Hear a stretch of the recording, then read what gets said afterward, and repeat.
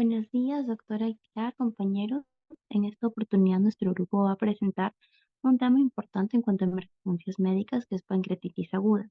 Los integrantes son Calvay Domínguez Marta, Correa Calle Keilas, Florian Benítez Juan, Portilla Chávez Lucas, Tello Rafael Diana y quien les habla, Rosario Barón Betty.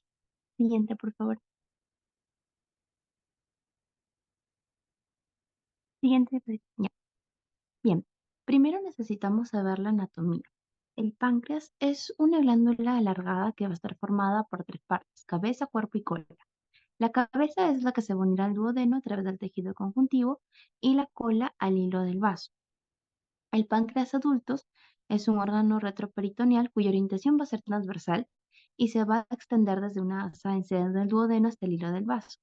Las medidas es en un promedio de 20 centímetros con un peso de 90 gramos que puede variar a 85 mujeres, 90 en hombres.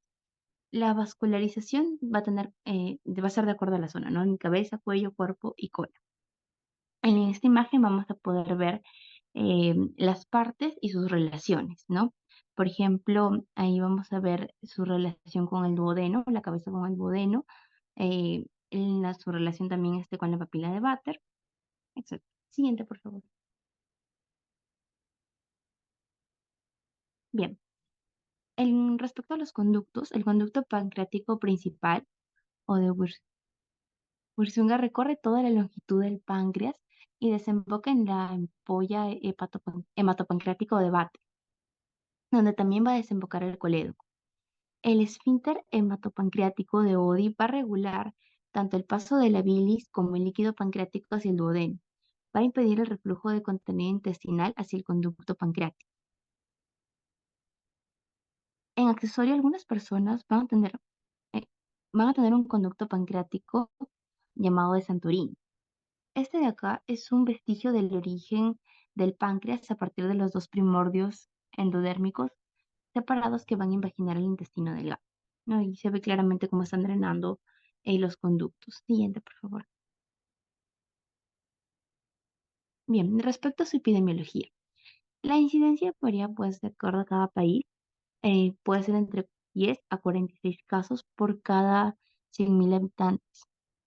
Es más frecuente en personas de raza negra, tienen una mortalidad baja si los casos son leves, pero tienen un riesgo de hasta el 40% de que se vuelva grave. En un 80% se encuentra asociado en la litiasis biliar, sobre todo en mujeres, y el consumo de alcohol más frecuentemente en el género masculino.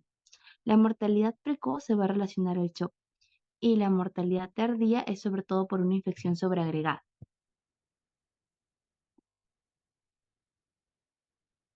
Respecto a la etiología, tenemos un gráfico circular que nos dice que la causa principal en un 41.2% es patología biliar. En segundo lugar, el consumo de alcohol con un 36%. En tercer lugar, es idiopática. En cuarto lugar, vamos a tener una serie de causas, como por ejemplo que sea postpapilotomía retrógrada endoscópica o que sea traumática por un arma de fuego o arma blanca. Siguiente, por favor.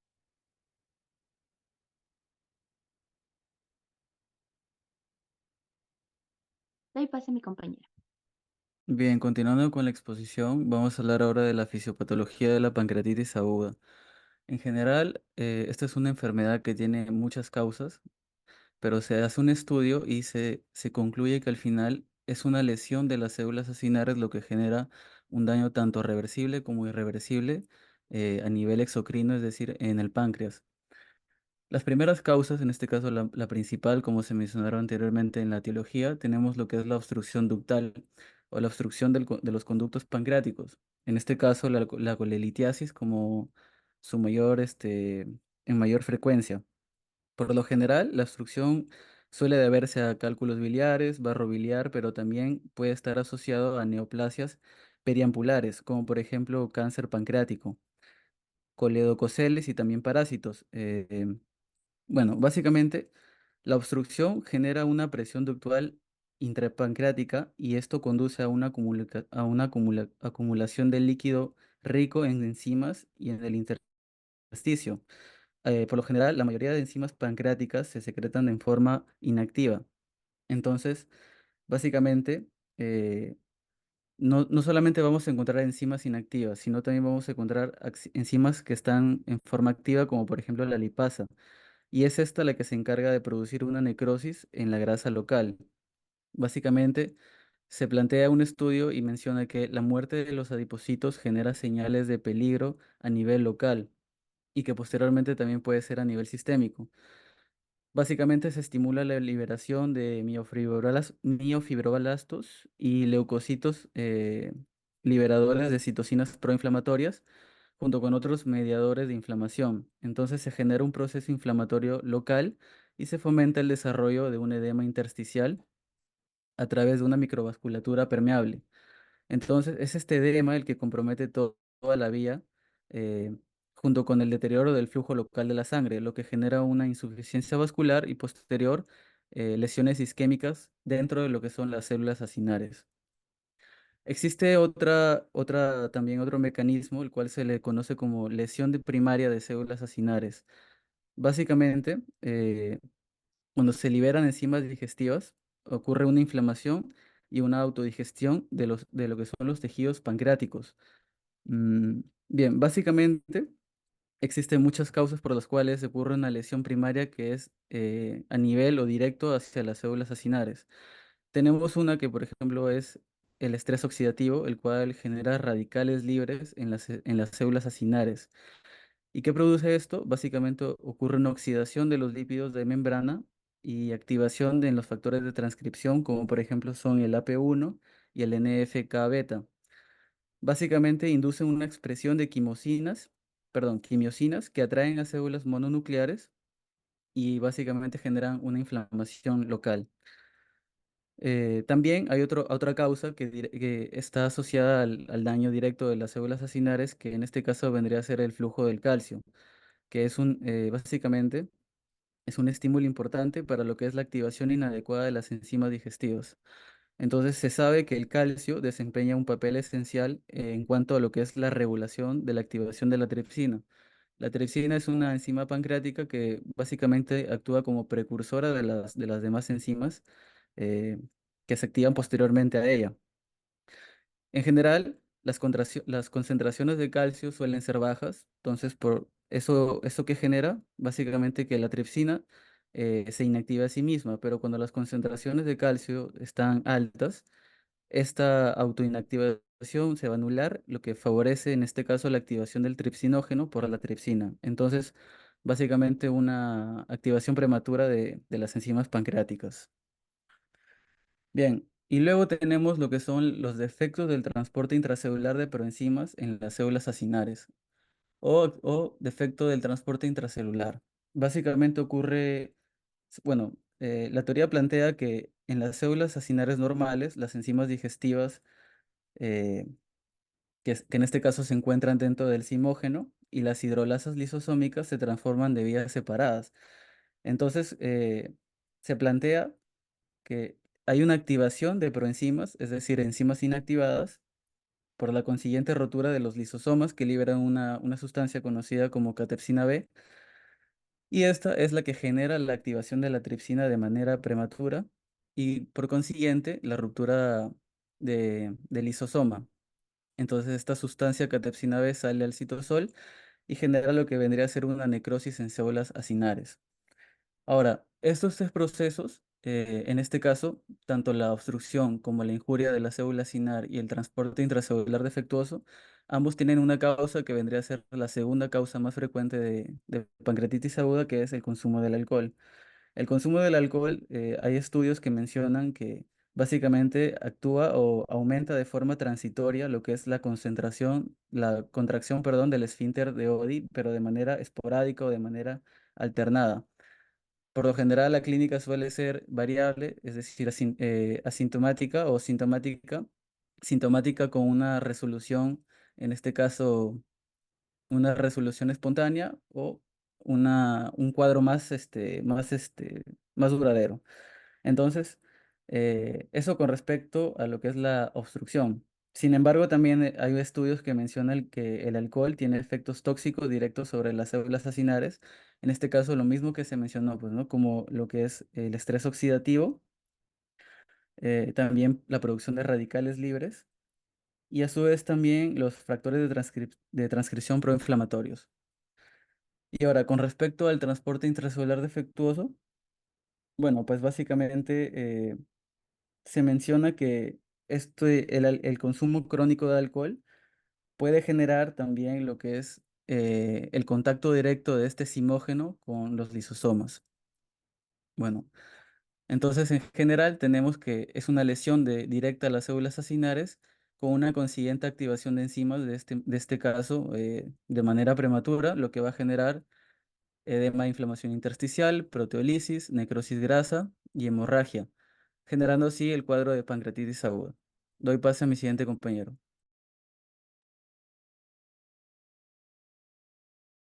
Bien, seguimos con la clínica. La clínica de la pancreatitis aguda se caracteriza por presentar dolor en epigastrio o en hipocondrio derecho. Este va a estar irradiado en cinturón, a los flancos o a la espalda. Es un dolor de carácter brusco e intenso. Está asociado a náuseas y vómitos, sobre todo en las primeras horas, y puede o no presentarse el ilio paralítico. Existen manifestaciones que son raras, pero son propias de cuadros agudos, como el signo de Cullen, donde vamos a encontrar equimosis periumbilical. Tenemos el signo de Gray-Turner, en donde esta equimosis ya no va a estar distribuida a nivel umbilical, sino en flancos, y esto es resultado del arrastre de la sangre por vía subcutánea desde una fuente intraperitoneal. También tenemos la paniculitis subcutánea o también denominada necrosis grasa nodular subcutánea. Estas son lesiones, son nódulos rojos dolorosos que aparecen frecuentemente en extremidades distales. Pueden aparecer en otras partes también, como podemos visualizar en la imagen donde encontramos nódulos inflamatorios en la parte distal de la pierna. Bien, en el diagnóstico de la pancreatitis aguda se va a definir con al menos dos de estos siguientes criterios, dentro de los cuales tenemos un criterio clínico, un criterio laboratorial que está dado por la amilasa y la lipasa y el criterio imagenológico. Entonces, en el criterio clínico tenemos aparición aguda del dolor en epigastrio persistente, severo, que a menudo se irradia a espalda, lo que hablábamos en la clínica. Tenemos la elevación de la lipasa o amilasa sérica 3 veces más que el límite superior de lo normal, y los hallazgos característicos, sobre todo en ecografía transabdominal. Tenemos que van a haber ciertas características que son propias de los hallazgos en laboratorio, como amilasa y lipasa. Una parte, vemos que en la amilasa se va a elevar entre las 6 a 12 horas después de la aparición de la pancreatitis. Tiene una vida media corta de aproximadamente 10 horas. Su elevación es más de 3 veces el límite superior. Presenta una sensibilidad entre el 67 al 83% y una especificidad entre el 85 y 98%. Es importante aclarar que estos valores de amilasa no se elevan en específico solo por cuando nos encontramos en una pancreatitis aguda, sino hay otras causas que pueden elevar este valor. Entonces, dentro de ellos vamos a encontrar la obstrucción del intestino delgado, la úlcera duodenal perforada, quemaduras también y otros trastornos inflamatorios intraabdominales.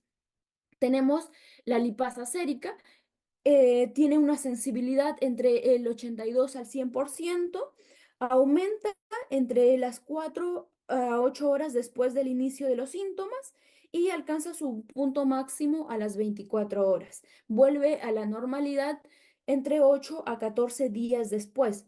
Por ello, podemos decir que las elevaciones de lipasa van a ocurrir antes y van a durar más en comparación a la elevación de amilasa.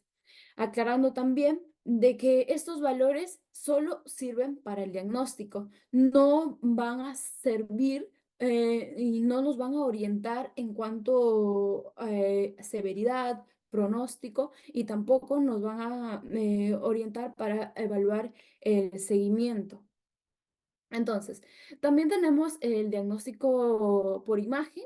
El examen de elección es la ecografía abdominal. Ese es el primer estudio que se va a realizar y vamos a poder visualizar em, que el páncreas vamos a ver agrandado en forma difusa e hipoecoico. En situaciones de necrosis pancreática se va a encontrar líquido peripancreático que va a aparecer como una acumulación anecoica. La tomografía computarizada abdominal se utiliza con contraste, es el gol estándar, pero se tiene que realizar 3 o más días después del inicio del dolor abdominal porque los hallazgos anatomopatológicos aún no son visibles en los primeros días y generalmente se reserva en situación de mala evolución, en sospecha de complicaciones, dentro de ella necrosis. Tenemos la resonancia magnética. Esto es un estudio que tiene mayor sensibilidad para valorar el diagnóstico de pancreatitis aguda de manera temprana, pero eh, esto va a depender del operador, que es una gran desventaja, la verdad, porque va a variar en cuanto a la calidad y en cuanto a la técnica. Bueno, en el diagnóstico diferencial de la pancreatitis aguda, vamos a realizarlo con otras causas de dolor abdominal que van a estar en epigastrio. Tenemos la úlcera péptica, eh, el cual se va a caracterizar por presentar un dolor en epigástrico de larga duración, que va a ser intermitente. Este dolor no se va a irradiar a espalda y generalmente se va a asociar a pacientes con antecedentes de uso de AINES o alguna infección previa, como la Helicobacter pylori.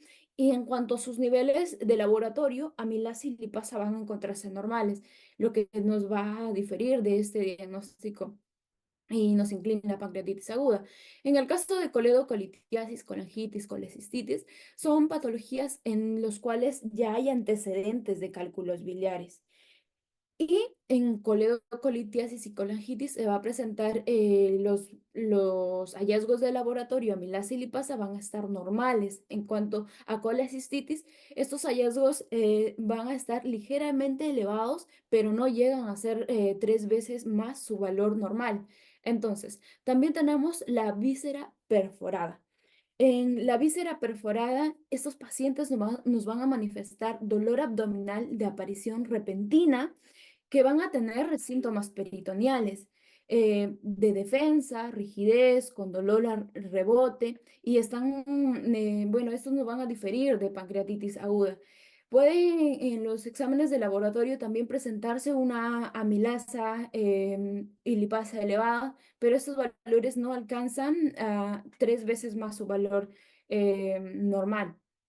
En caso de obstrucción intestinal, generalmente estos pacientes nos vienen con un antecedente de cirugías abdominales y su clínica también es sobre todo inclinada a dolor abdominal, anorexia, vómitos, estreñimiento. Si bien los exámenes de laboratorio, amilasa y lipasa van a estar aumentados, pero este aumento es ligero.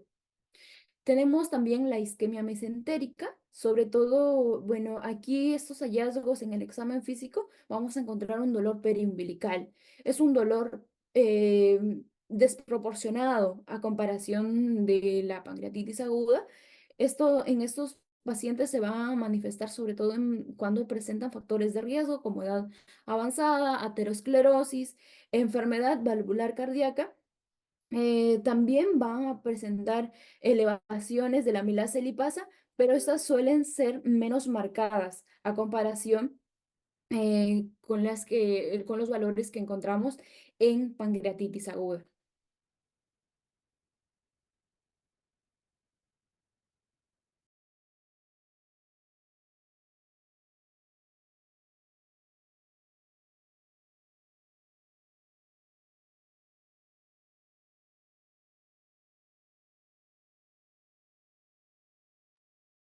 Bien, continuando con lo que es la exposición, en relación a lo que es la clasificación, según su morfología tenemos a lo que es la pancreatitis edematosa intersticial. Esta viene a ser la más frecuente y que se presenta alrededor del 85 al 90% de los casos. Básicamente viene a ser la inflamación aguda de lo que es el parénquima pancreático y del tejido peripancreático, pero no se va a ver asociado a la presencia de necrosis. En este caso, tiene una característica benigna y que en la tomografía con contraste, esta sí va a captar este contraste y si se llega a complicar, lo que va a presentar son colecciones líquidas o pseudoquistes. Al comparación de una pancreatitis necrotizante, no como su mismo nombre lo dice, está caracterizada por la inflamación con necrosis de lo que es el parénquima pancreático y va a ser considerada como la de peor pronóstico. En este caso, la necrosis no va a captar este medio de contraste, por lo tanto, las zonas serán hipodensas. Siguiente.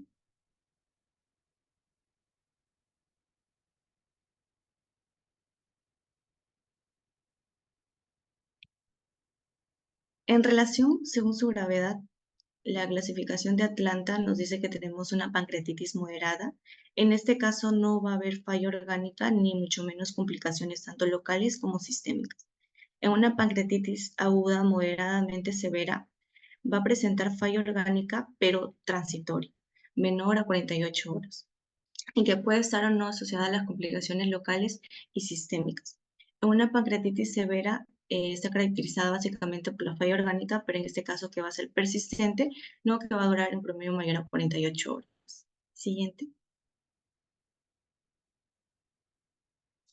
También tenemos una clasificación según Petrov. En este caso, leve se considera cuando no existe una necrosis ni mucho menos una falla orgánica. Moderada, la necrosis se considera estéril y puede no presentar falla orgánica, pero transitoria, menor a 48 horas. Grave, en este caso, la necrosis va a estar infectada y puede estar o no asociada a lo que es la falla orgánica, pero en este caso persistente. Crítica va a presentar ya una necrosis infectada y una falla orgánica persistente. Siguiente.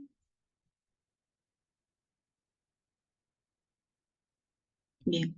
En relación a lo que es el pronóstico, según el score de Ransom, tenemos que evaluarlo al momento del ingreso y a las 48 horas.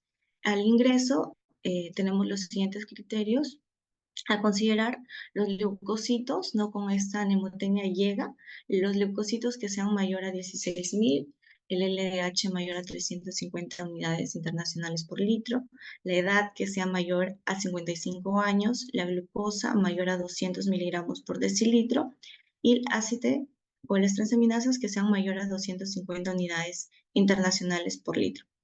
Y a las 48 horas está el hematocrito, que en este caso baja, ¿no? Que es mayor al 10%. La urea va a aumentar más de 5 miligramos por decilitro. El calcio va a disminuir, ¿no? En 8 miligramos por decilitro. La presión de oxígeno va a ser menor a 60 milímetros de mercurio y el déficit de base que sea mayor a 4 miliequivalentes por litro y el déficit de fluidos que sea mayor a 6 litros. Cada criterio, tanto para el ingreso como para las 48 horas, se le va a otorgar un punto. Cuando este es mayor de 3, ya se considera a las 48 horas una pancreatitis grave. Siguiente. En relación a lo que es el score de VISAP, tenemos en cuenta 5 parámetros: lo que es la urea, que sea mayor a 25 miligramos por decilitro, que si presenta un deterioro del estado mental, no con la escala de Coma-Glasgow que sea menor a 15, el SIRS, que está definido con las que presente dos de las siguientes: la temperatura que sea menor de 36 o mayor a 38 grados centígrados, la frecuencia respiratoria que sea mayor a 20 respiraciones por minuto o que tenga una presión de CO2 menor de 32 milímetros de mercurio, una frecuencia cardíaca mayor a 90 latidos por minuto, los leucocitos si son menor a 4.000 o mayor a 12.000 células por milímetro cúbico o que presente más del 10% de los agostonados. La edad a considerar que sea mayor de 60 años y si no presenta el derrame pleural. Cada uno se le otorga un punto. Si este es mayor de 2, ya se considera una pancreatitis grave. Siguiente. Posteriormente, a las 72 horas podemos determinar lo que es el índice de severidad tomográfica. En este caso, para ver lo que es el grado de lesión por tomografía sin contraste, según Baltasar, tenemos al grado A. En este caso, el páncreas va a ser normal, se le va a otorgar 0 puntos. Baltasar B, va a haber un edema ya difuso de lo que es el páncreas, 1 punto. Baltasar C, el páncreas ya está normal con una inflamación peripancreática, 2 puntos. Grado D, va a presentar una sola colección intra o peripancreática, 3 puntos. Grado E, va a presentar de 2 o más colecciones intra o peripancreáticas, 4 puntos. Siguiente. En relación a lo que es los puntos, en relación a la extensión de la necrosis, también lo vamos a sumar con relación a lo que es los grados de Baltasar. Una vez determinado el puntaje, vamos a dar con el índice de severidad. En este caso, si la extensión es menos del 30%, se le otorga 2 puntos, del 30 al 50%, 4 puntos, y si este es mayor al 50%, 6 puntos. Muy bien, si tenemos alrededor de 0 a 3 puntos, lo vamos a determinar como un índice bajo, de 4 a 6 puntos, un índice medio, y de 7 a 10 puntos, un índice alto. Por lo tanto, en estos casos a nuestros pacientes debemos de tenerlo en una unidad de cuidados intensivos por el alto riesgo de mortalidad. Siguiente.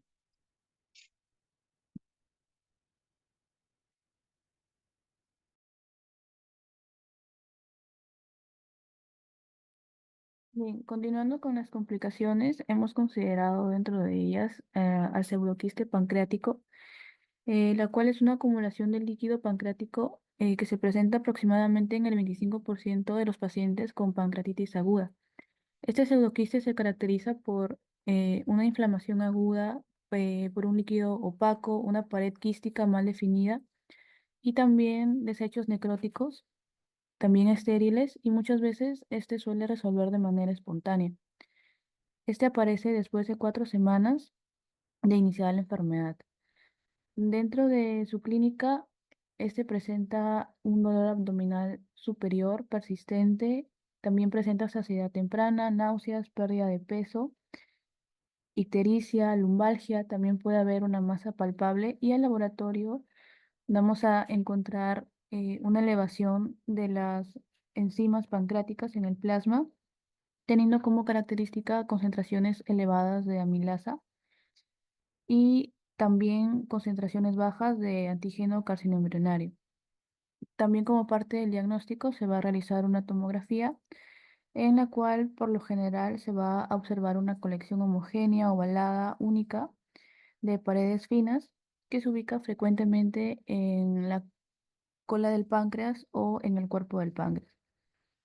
Como parte del tratamiento, eh, en aquellos pacientes cuyo pseudoquiste mide menos de 4 centímetros de diámetro, los que están localizados en cola del páncreas y que no presenten signos de obstrucción de conductos pancreáticos, el tratamiento será nada más la observación, ya que se registra que en esos pacientes la resolución es espontánea. Sin embargo, en pacientes que no cumplen con estos criterios, el método tradicional ha sido siempre el drenaje quirúrgico. Después tenemos el absceso pancreático, que es una colección intraabdominal de pus que contiene poca necrosis pancreática. Dentro del agente etiológico hay bacterias gram negativas como E. coli, Klebsiella y Pseudomonas.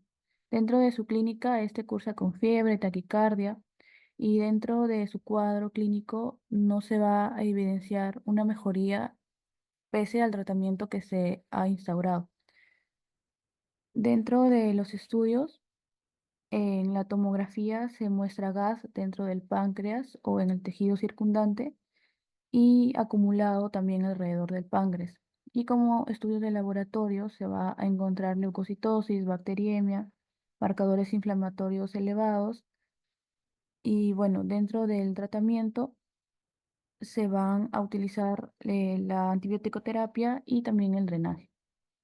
Como otra complicación hemos considerado la necrosis pancreática, la cual es presencia de parénquima pancreático o una grasa peripancreática no viables. También dentro del agente etiológico encontramos E. coli, Klebsiella, Pseudomonas, Enterococcus. Como clínica va a presentar fiebre prolongada, también va a haber un deterioro clínico progresivo y para el diagnóstico vamos a utilizar una tomografía computarizada en la cual se va a observar signos de aire dentro de la necrosis pancreática y esto es lo que nos va a confirmar el diagnóstico, sin embargo, no es frecuente, por lo que también se realiza una aspiración con aguja fina en caso el diagnóstico sea dudoso. Y como estudios de laboratorio se utiliza una tinción gram positiva o un cultivo también nos ayuda a establecer el diagnóstico. Dentro del tratamiento se realiza la antibiótico-terapia vía intravenosa. Como primera línea tenemos a los carbapenémicos y otras alternativas tenemos las quinolonas, metronidazol, cefalosporinos de tercera generación o la piperaciclina. Y también dentro del tratamiento se considera el drenaje. Doy pase a mi compañero. Bueno, siguiendo con el tratamiento de pancreatitis aguda, tenemos que el tratamiento inicial es médico. Al ingreso del paciente, nosotros debemos hacer o manejar, ¿no?, la dieta absoluta NPO, la fluidoterapia, pero esta debe ser una fluidoterapia enérgica. Debemos administrarle cristaloides, ¿no? Acá está el lactato de Ringer, es que es el recomendado porque tiene un efecto antiinflamatorio y muchas veces se suele llegar a pasar de 3 a 4 litros al día. También debemos dar analgesia, ¿no? Debemos manejar el dolor utilizando opioides y acá se puede utilizar la petidina o el tramadol. Otra cosa de de la fluidoterapia es que debemos monitorizar la diuresis. Debemos lograr a que sea mayor a 0,5 mililitros por kilogramo hora. Eh, bueno, conforme va avanzando el cuadro, pasan las 62 horas, 2 semanas, nosotros debemos dar soporte nutricional y a través de vía enteral, utilizando la sonda nasoyeyunal. Y acá se recomienda la vía enteral porque esta disminuye el riesgo de translocación bacteriana y con esto la infección. Eh, con respecto a los antibióticos, no se utilizan, pero solo se dan en casos de que haya infección o que sea, bueno, que hay una necrosis infectada, ¿no? Y que tengamos datos de que sí lo hay, como por ejemplo fiebre, aire en tomografías, si tiene un acceso, acá utilizamos los antibióticos y le podemos dar el imipenem más cilastatina. Además, también podemos realizar intervención endoscópica, la CEPRE. Por ejemplo, si hay pancreatitis más colangitis, se recomienda hacer en las 24 horas. Si es una pancreatitis severa, se debe realizar de 24 a 48 horas y si es una pancreatitis leve, realizarlo mayor a 72 horas. También cuando nosotros debemos retomar la tolerancia oral en el paciente, cuando éste tenga apetito, cuando tenga ruidos hidroaéreos presentes, cuando ya sea asintomático y cuando los exámenes tengan un PCR y la amilasa normal. Siguiente. Ya, también tenemos la cirugía, que este es el último recurso. Y hay indicaciones para la cirugía. Cuando, ¿cuáles son las indicaciones? Cuando hay una necrosis pancreática infectada, cuando hay un acceso pancreático, cuando no hay respuesta al manejo médico y cuando haya un pseudoquisto infectado o complicado. Siguiente. Bueno, y las técnicas quirúrgicas acá se suele hacer de la menos invasiva a la más invasiva, ¿no? Se recomienda. En primer lugar tenemos el drenaje, que puede ser por vía percutánea o transgástrica. En segundo lugar, el debridamiento mínimamente invasivo y por último la laparotomía, que este suele asociarse más a más complicaciones. Siguiente. Bueno, estas son las referencias bibliográficas a utilizar y eso sería todo. Muchas gracias.